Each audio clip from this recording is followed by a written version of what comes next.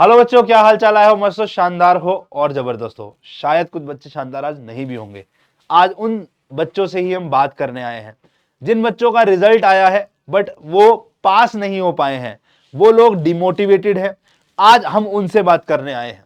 तो पहले love sir आपके साथ है। लव सर, आप बताइए प्लीज, ऐसे जो बच्चे हैं हमारे प्यारे प्यारे, जिन्होंने मेहनत भी करी थी, जिनको लगता था कि यार वो अपना बेस्ट देकर आए हैं बट उनका रिजल्ट पॉजिटिव नहीं आया, सो what should we मतलब what should we do to guide them now? Sir एक मेजर पोर्शन ऑफ बच्चा ये फाउंडेशन का रिजल्ट पॉजिटिव नहीं पाता, ये हिस्ट्री है। जी सर। बहुत सारे बच्चे पास भी हो जाते हैं जी सर। और ऑब्वियसली पीडब्ल्यू से पढ़ने के बाद तो एक नॉर्मल एवरेज रिजल्ट से ज़्यादा ही बड़ा रिजल्ट रहता है, लेकिन एक एवरेज बेसिस पे ऑल ओवर इंडिया के बच्चों के लिए अगर बात की जाए तो बहुत बच्चों ने निराशा का मुंह देखा है।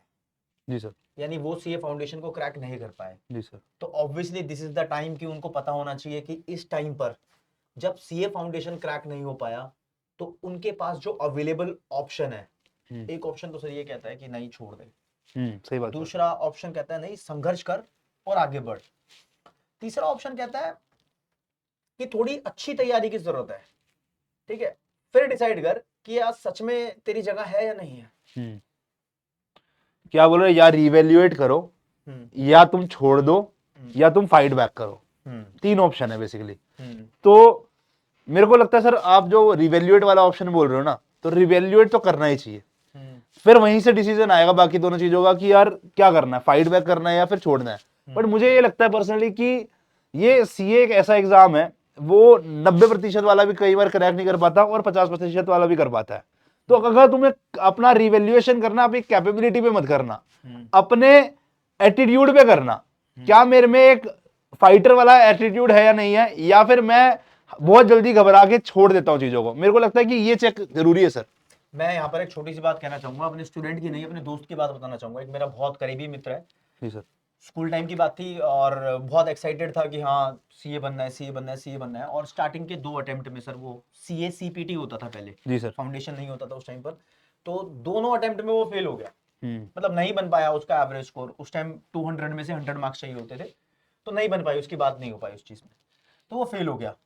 लेकिन उसकी गट फीलिंग कहती थी कि ये तो बस शुरुआत है, स्टार्टिंग में थोड़ा ट्रबल आ रहा है, फिर बस मेरा रिदम बनने दे, मैं इस चीज को कैच कर लूंगा। जी sir. Things are going in my mind.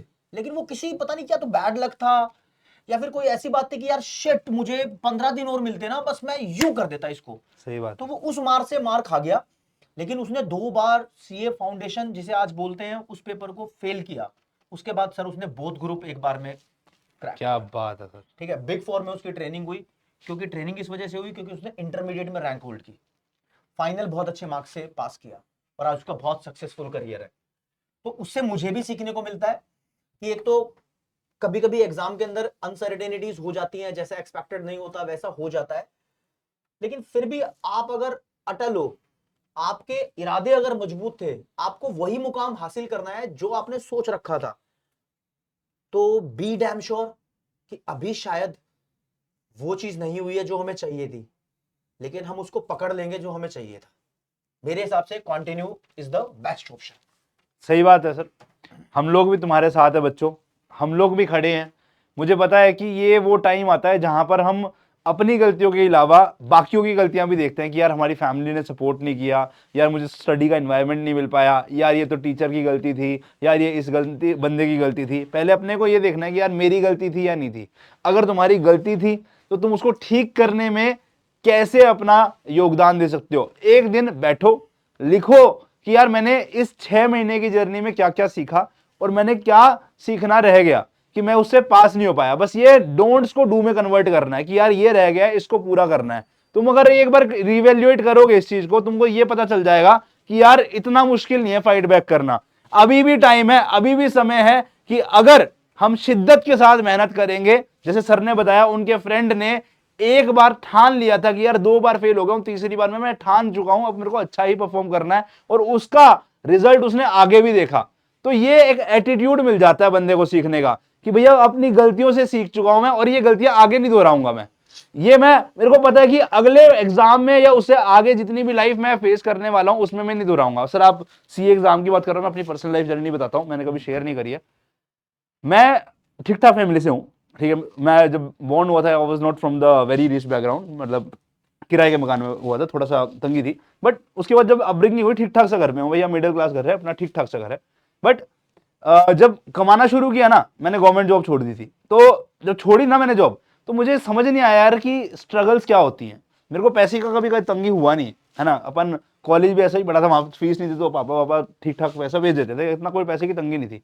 मुझे उस दिन पैसे की अहमियत समझ में आई कि यार इतनी बढ़िया डिग्री लेने के बावजूद, अच्छी खासी नौकरी करने के बावजूद, जो लोगों का सपना होता है मैं उसको छोड़कर जो बैठा हूं ना यहाँ पर, अब मैं क्या स्ट्रगल फेस कर रहा हूं मैं बयान नहीं कर सकता उसको। बट वो स्ट्रगल से मुझे ये सीखने को मिला कि यार ये लाइफ लॉन्ग लर्निंग है मेरी, और आज भी मैं कोई भी डिसीजन लेता हूं, कोई भी स्टेप लेता हूं, तो मेरे दिमाग में क्लियर रहता है कि यार वो मेरा बॉटम था, मेरे को इससे ऊपर जाना है। हो सकता है कि तुम्हारे माइंड की जो स्थिति है ना, वो यही बयां कर रही होगी यार ये तेरा बॉटम है, अब इससे नीचे क्या कर सकता है। हो गया ना, फेल हो गया ना, कोई दिक्कत नहीं, जिंदगी में शायद तू पहली बार फेल हुआ होगा, हो गया कोई दिक्कत नहीं है, अब फाइट बैक कर, सीख क्या है इससे, उससे आगे लेकर बढ़, बस इतना ही ध्यान रखना है। देखो सर, यहाँ पर जो बच्चा सीरियस होगा ना वो फाइट बैक करेगा, वो इवेल्युएट करेगा, वो बच्चा आगे बढ़ेगा। जो सीरियस नहीं होगा ना वो तो बहाने ढूंढेगा। जी सर। जो बच्चा सीरियस नहीं था ना, मतलब कुछ बच्चे एवं ही सीए फाउंडेशन का पेपर भर देते हैं, चल यार देखते हैं क्रैक हो जाएगा तो आगे प्रोसीड करेंगे, जी नहीं सर। होगा तो फिर चलो भाई कोई नहीं, अपनी गाड़ी चल रही है, इधर उधर से कोई भी चल रहा होगा। एक बात कहना चाहूंगा, बहाने मत बनाना यार। मैं पहले भी बता चुका हूं, दोबारा बताना चाहूंगा, जब मेरा टीचिंग करियर स्टार्ट हो रहा था ना सर, उसके स्टार्टिंग के 4-5 साल में मेरे फोन पे एक मैसेज आता है बच्चे का, सर मैं सीए बन गया। उस टाइम मैं पहचान नहीं पाया, मैंने उसको मैसेज किया आप कौन हो, या तो अपनी फोटो भेजो।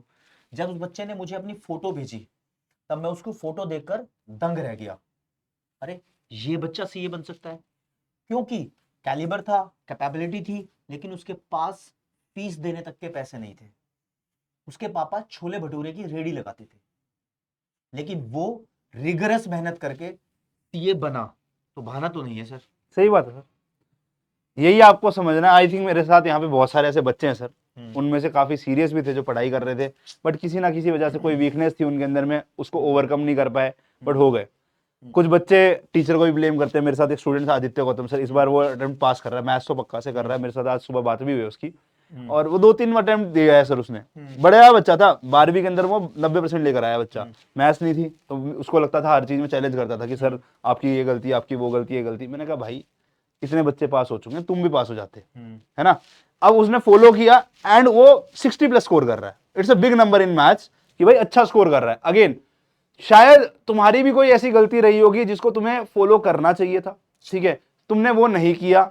शायद तुमने अपने पे भरोसा नहीं किया, शायद टाइम टेबल बनाया, मेहनत करी, बट स्ट्रैटेजी सही नहीं रखी। शायद तुमने स्ट्रैटेजी रखी बट उसको फॉलो नहीं करा। शायद तुम अपना टाइम टेबल मैनेज कर रहे थे बट तुमने सब्जेक्ट को प्रायोरिटी जो है सही से नहीं दे रखी थी। बहुत सारे शायद निकलते हैं, तुमको उस शायद पे ही फोकस करना है, एंड ट्रस्ट मी तुमको सोल्यूशन पक्का सा मिलेगा।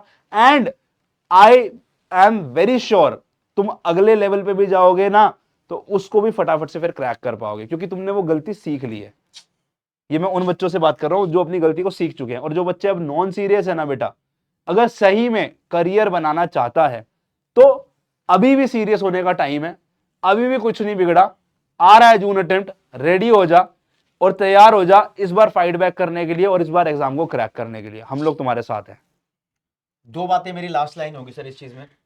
पॉइंट नंबर 1 मैं बोलूंगा, सीए फाउंडेशन में फेल होने का मतलब ये नहीं है कि आप सीए नहीं बन सकते। जी। दूसरी बात, सीए बनने के बाद आपसे कोई ये नहीं पूछेगा सीए फाउंडेशन में कितनी बार फेल हुए हो। जी। नोट कर लो, कहानी खत्म। सही बात बोल रहे हो सर। सो अब और क्या बोलना है यार, मेहनत करते हैं और इस बार सीए फाउंडेशन क्रैक करते हैं। Bye bye. Bye bye.